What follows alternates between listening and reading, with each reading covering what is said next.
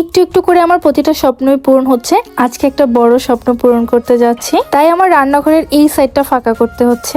আমার দরকারে আমি কাউকে পাই বা না পাই, সবসময় আমার মাকে ঠিকই পেয়েছি। আলমারিটা এখান থেকে সরিয়ে নিচ্ছি, আর সরানোর পর দেখি নিচে কি পরিমাণে ময়লা। আলমারির উপর হাড়ি পাতিল অনেক কিছু ছিল যেগুলো আমি নামিয়ে রেখেছি। ফ্রিজের উপরেই ছিল ওয়াইফাই লাইনটা। আলমারিটা সরানোর পরে তারটা একদমই ছুটে গেছে। একটু একটু করে আমি আমার সংসারটাকে গোছাচ্ছি। আগে এতটা সংসারই ছিলাম না, আর এই সংসারটা বুঝতে বুঝতে 9টা বছর চলে গেল, আর এখন এই পর্যায়ে এসে সংসারটাকে গোছাচ্ছি।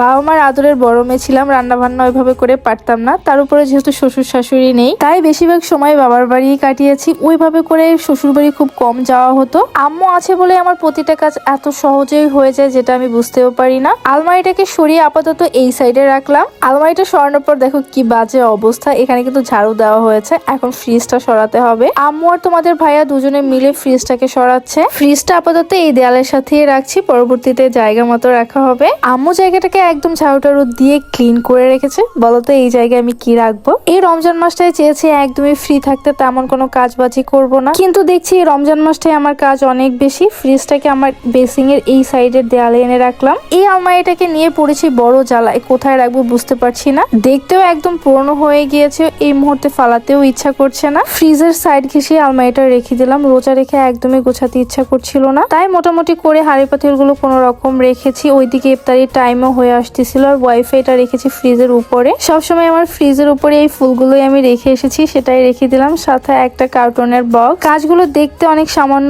মনে হলেও রোজা রেখে এগুলো করতে বেশ কষ্ট হয়েছে। আমার হাঁড়ি পাতিলের র্যাকটা ফ্রিজের সাইডে রেখেছি। বাসাটা কেমন জানি একদম এলোমেলো হয়ে গিয়েছে। একটা নতুন কিছু বাসায় আসলে পুরনো কোনো কিছুই দেখতে একদমই ভালো লাগছে না, তেমন আমার এই কর্নারটা আমার কাছে একদমই পছন্দ না। এত বড় একটা বাসা নিয়েছে, এখন কেন জানি মনে হচ্ছে এই বাসাটা আমার জন্য অনেক ছোট হয়ে গিয়েছে। আর সেই ফিডিং চেয়ারটা এই সাইডে রাখলাম। আগে আমার এই সাইডটা পুরো ফাঁকা ছিল, আর এখন একদমই ভর্তি হয়ে গিয়েছে। কেন জানি আমার কাছে একদমই দেখতে ভালো লাগতেছে না, আর জায়গাও নেই যে কোথায় কি রাখবো।